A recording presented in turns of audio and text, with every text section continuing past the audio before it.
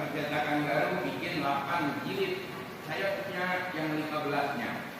Kemudian jamaah yang berbahagia punya dong, saya mau bacanya kagak punya doang. Tapi yang penting kan punya dulu kan, iya dong. Ya kalau gua punya masa gua nggak bisa sih, bener nggak? Ngapain lagu-laguan baca kitab nggak bagus, beliin kitab sabar-sabar, belajarnya kagak lagi. Soalnya kalau belajar nggak apa-apa. Sebab insya Allah kalau orang belajar terus senang beli kitab, ada terobsesi pengen jadi orang alim, bagus itu. Insya Allah nanti ketemu jalannya. Asal istiqomah, ya. Walladzina jahadu fina lanahdiyannahum subulana. Orang yang istiqomah mah insya Allah Allah buka jalan mereka. Kalau beneran belajar. Kemudian, nah, jadi kata Rasulullah Sallallahu Alaihi Wasallam dalam mukadimah ada di tafsir Munir dan Nawawi, ada di mukadimahnya, ya, man fassara al-Qur'ana bi ra'yihi wal yatabawwa maq'adahu minan nar. Siapa orang yang menafsirkan Al-Qur'an dengan pemikirannya sendiri, maka bersiaplah ia duduk menempati tempat duduknya di dalam neraka. Jadi kalau kata bahasa mustahab, orang yang sok menafsirkan Al-Quran itu sama seperti orang yang udah mesen tiket masuk neraka.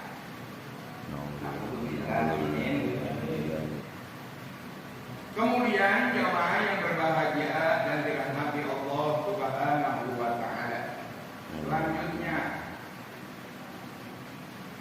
wal mukadzibu bi qadarillahi ta'ala. Kelompok kedua yang mana mereka dilaknat oleh Nabi, oleh Allah, oleh Rasulullah dan para nabi yang lain.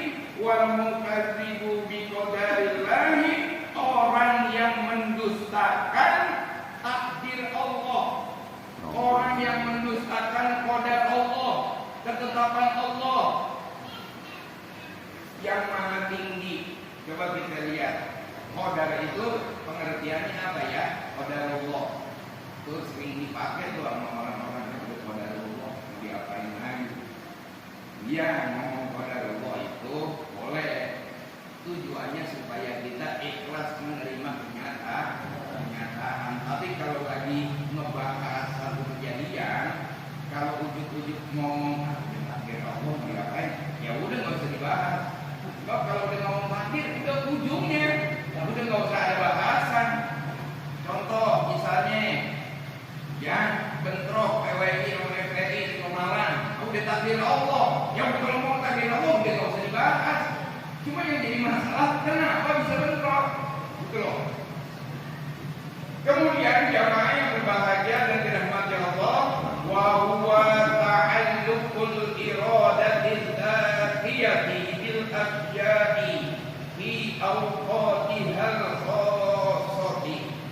Yang namanya qadar Allah adalah ta'alluqul iradati dzatiyah, keterkaitan kehendak zat Allah bil asya'i, terhadap segala perkara, fi awqatihal khassati, pada waktu-waktunya, al khassati, yang ditentukan, yang dikhususkan. Saya ulang, qadar Allah adalah ta'alluqul iradati dzatiyati, keterkaitan kehendak zat Allah bil asya'i, terhadap beberapa perkara, boleh terhadap semua perkara, fi awqatihal khassati, pada waktu-waktunya yang khusus, di waktu tertentu. Jadi kalau misalnya begini nih, contoh ya, biar kita ngerti lah, ada bahasa qada dan qadar kan, wabil qadari wa syarihi, ada bahasa qada dan qadar. Jadi kalau qada itu ketetapan Allah di Lauhil Mahfuz, ya, di Lauhil Mahfuz.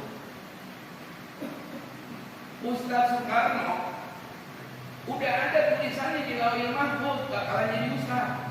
Udah ada tuh tulisannya di Lauhul Mahfuz.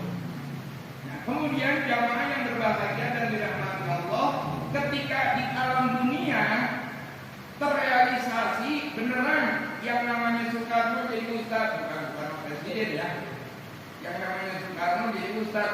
Nah, haliyah tingkah saya saat ini itu adalah qadar Allah. Kan tadi ta'alluqul iradati dzatiyati bil asyya'i fi awqatihal khassah, keterkaitan kehendak zat Allah terhadap segala perkara pada waktunya yang khusus. Ada waktunya yang khusus. Kalau memang udah waktunya jadi ustaz saja. Mau bangor kayak gimana? Bangor kayak di dunia. Bangor. Nah, jamaah yang berbahagia dan dirahmati Allah, jadi realisasi kode Allah di Lauhul Mahfuz, terrealisasinya di alam dunia. Nah, itulah namanya qadar. Itu namanya qadar. Jadi qaul dan qadar itu sama sebetulnya. Cuma bedanya nuansanya aja. Ya. Fatariku kulli hari min ahwalil ahyani, maka takliku kulli hari, ketergantungan, keterkaitan segala hal, tingkah, keadaan, min ahwalil ahyani, dari segala macam keadaan benda yang itu